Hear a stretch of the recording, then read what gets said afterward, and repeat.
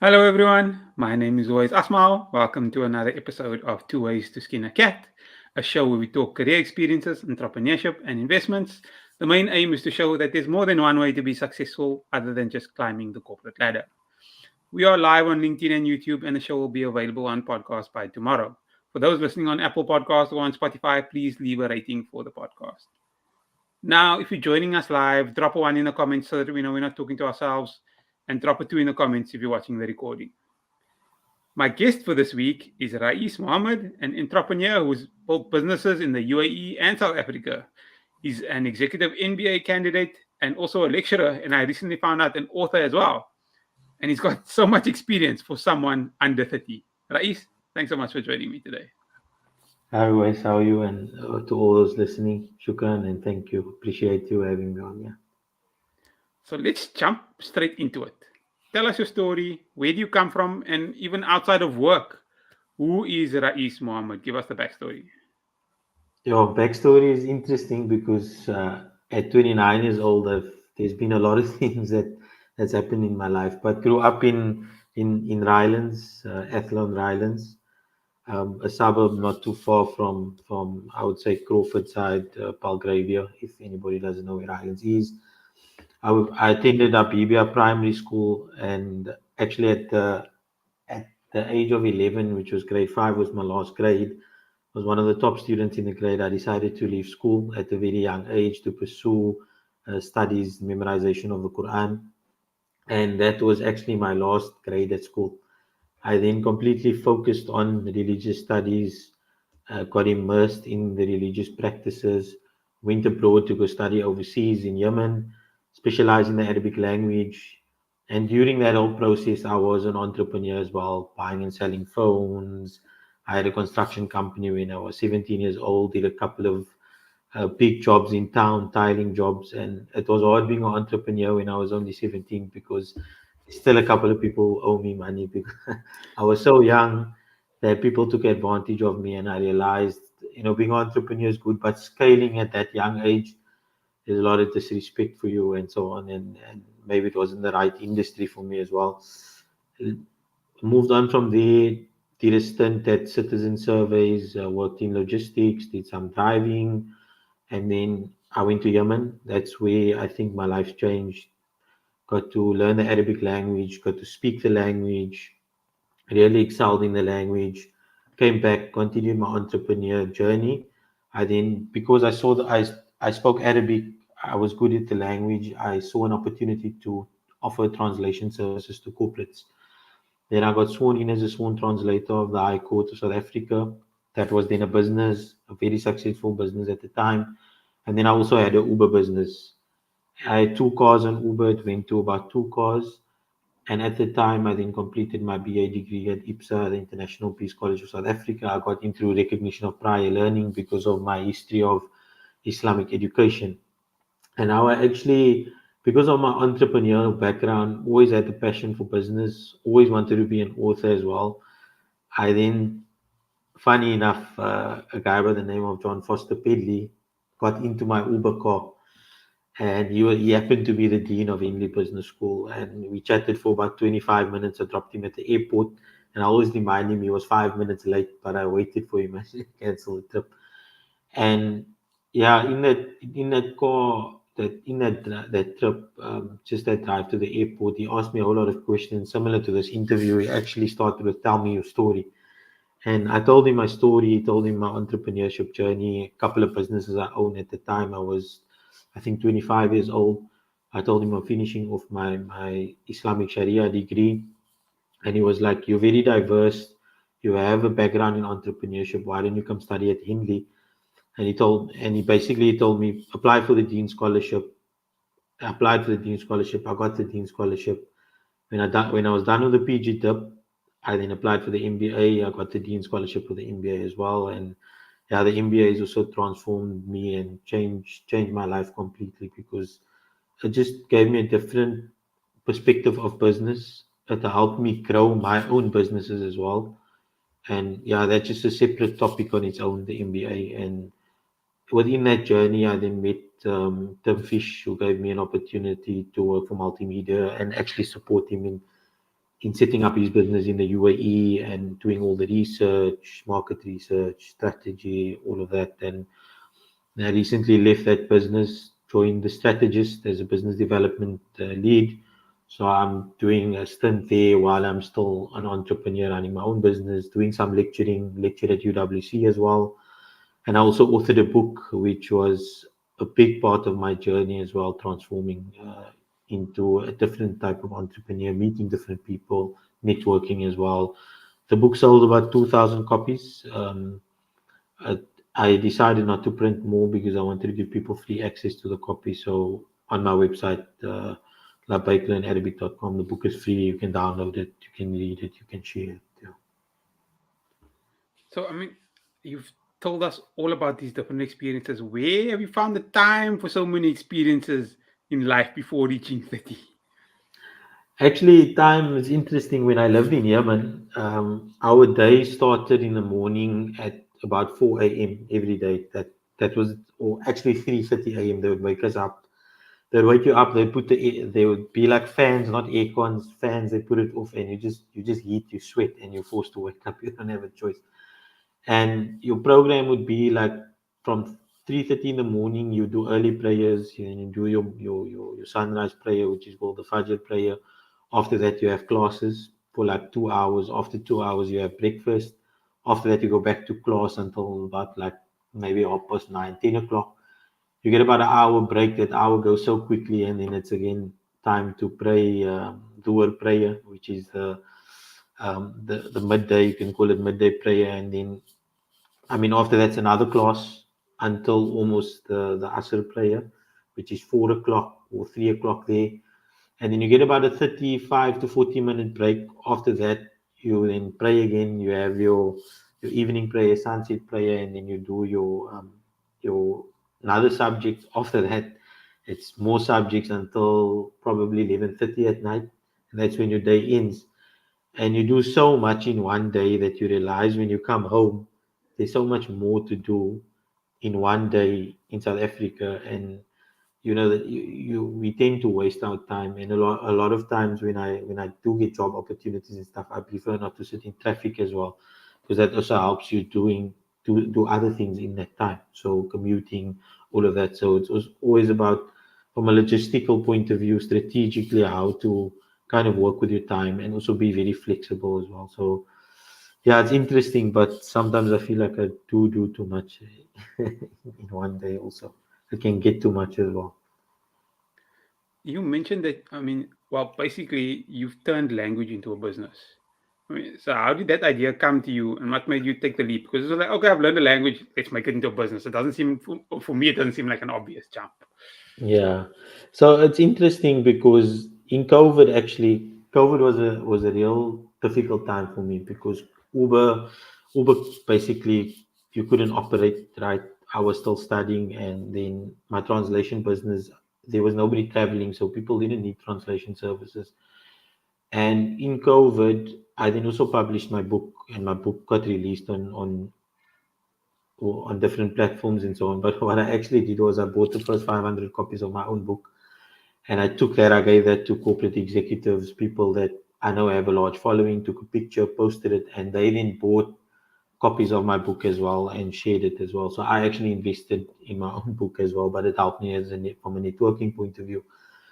And I met a good friend of mine who's probably my best friend. He's turning 50 this year. He bought my book on LinkedIn. He messaged me by the name of Adam Ismail.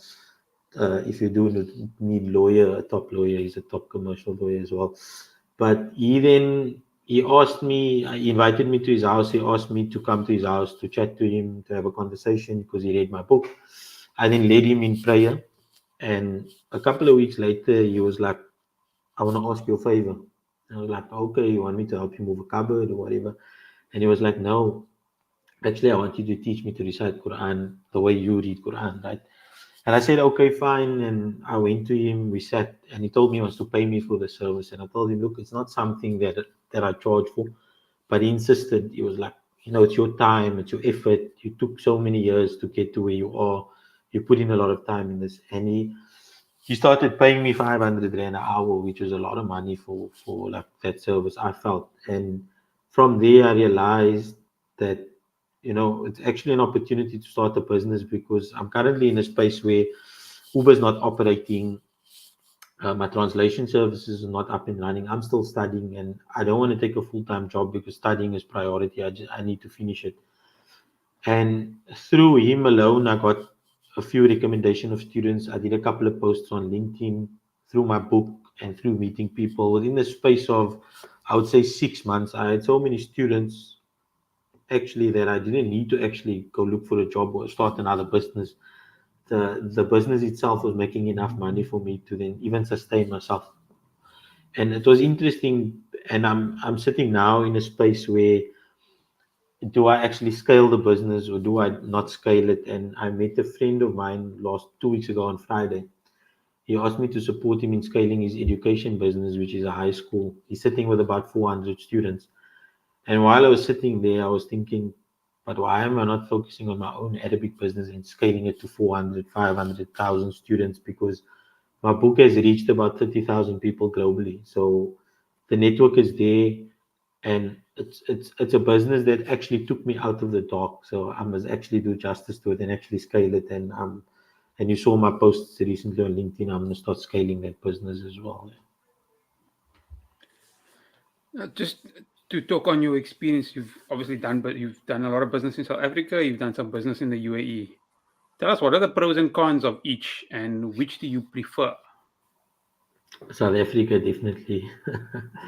I just enjoy the local vibe in South Africa. It's easy to talk to people. It's easy to get around.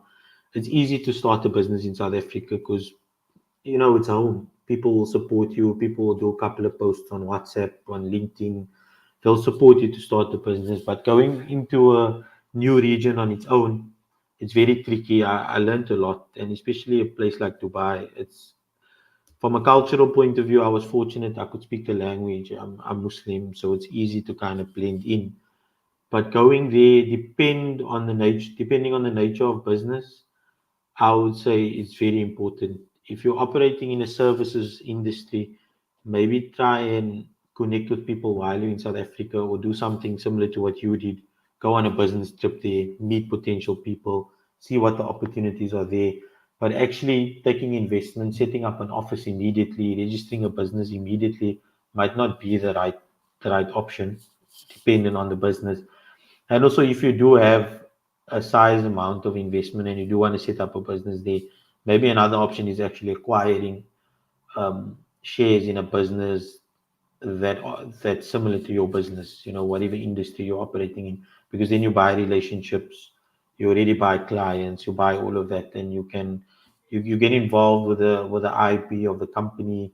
You understand the culture of the company, what it takes to build a company of success in that region, which is important. And I feel like my journey in Dubai has taught me a lot of that stuff. Yeah. Okay. For the audience, we'll be responding to questions towards the end, so please add your questions and comment into the comment section now so that we don't miss them. I want to switch over to talk about your MBA experience. I see the institution that you're at is based in the UK. So how do you learn? That's a Henley Business School is a UK based institute for many years, but they have campuses all around the world. So they actually have a campus in Johannesburg. And Henley is the only global MBA business school in South Africa that actually has a campus in South Africa. So I would, for all my modules, I would travel to Johannesburg for 3-day block weeks, sometimes 2-day block weeks, and basically attend the sessions there and fly home after that. Yeah. Because my next question was, I know a lot of people who completed the MBA say one of the main benefits is the networks that it gives you access to. And I mean, I thought you would maybe doing it remotely. So would you be losing out on those networking opportunities, or do you still get them? No, so it's not remotely. So it was in person. So it Okay. was in classroom, and we were about 30 odd delegates in the class. So for me, I think going to an MBA class was very interesting. I was the youngest in the class, so probably the only one under 13 class. But the benefits were so great because everybody in my class had a lot of years of working experience. And by the questions they've asked in class and the engagement they had with the lecturers and stuff, I actually learned so much. I felt like I was sitting in a job and a boardroom most of the time and just listening in, but also adding in where I could add from my experiences. But also the networking part and the journey through the MBA also made me realize that the corporate space and the big companies might not be for me because most of the people that were doing the MBAs and that's still doing it is actually trying to get out of the corporate space and do something similar to what I'm doing now. So it made me also realize that maybe I shouldn't enter that space. So I'm still in a dilemma. Do I go corporate or not? Or do I continue being an entrepreneur? Yeah, it's an interesting journey. Okay. Okay. Makes sense. I noticed. So you also a lecturer, and that's seen as maybe more safe and stable, whilst being an entrepreneur, some people might say, is a little bit more risky. Yeah. How do you marry the two roles? So lecturing is mainly independent lecturing. So I wouldn't take a full-time lecturing role. It will be just to engage with students. And I really enjoy it because the business school I'm lecturing at now, it's SIBA Business School. The nice thing over the last couple of weeks is there's so many young people who have business ideas who just need to be motivated, who need to be just tell them, it's fine, go ahead, give them advice or make them feel like it's okay to be an entrepreneur even while you're studying and so on. And that's what I enjoy about lecturing. And then a couple of years I also lectured at UWC and I lectured entrepreneurship, but for final year students, part-time students who are working. And that was also very interesting to see the ideas and the entrepreneurs that some of them that's actually stuck in a job and they're struggling to break out of it because they don't find the time to start businesses, but they're actually so smart, brilliant entrepreneurs, maybe weren't given the opportunity because of where they grew up and came from poverty and all of that stuff. So yeah, it's an interesting journey lecturing. So I would probably continue it for the rest of my life. I really enjoy it. Yeah. Okay. This is one question I like to ask all my guests. What is one piece of advice you would give your younger self? Phew, I'm still young, so Younger. I don't know, but I think it's sometimes being an entrepreneur and somebody that thinks a lot about things. Don't be too hasty. Sometimes I feel like I'm too hasty. Sometimes lack patience when it comes to certain things. I would say be more patient, be less hasty about things, and let things play out the way it's supposed to play out. Yeah. Okay, that's great advice. Any last few words from you or anything we didn't discuss that you'd like the audience to know? No, I don't think so. And I think we've covered. I think that's a good way to end. The show has been live on YouTube and should be available on podcast by tomorrow. If you're watching Yeah. on YouTube or listening on the podcast and you feel that it's added value, don't forget to like, subscribe, and click on that notification bell to get automatically notified when the next episode comes out. Raees, thank you so much for sharing your story with us. Thank you for having me. Appreciate it. Thanks everyone for joining us for another episode of Two Ways to Skin a Cat. Goodbye. Bye.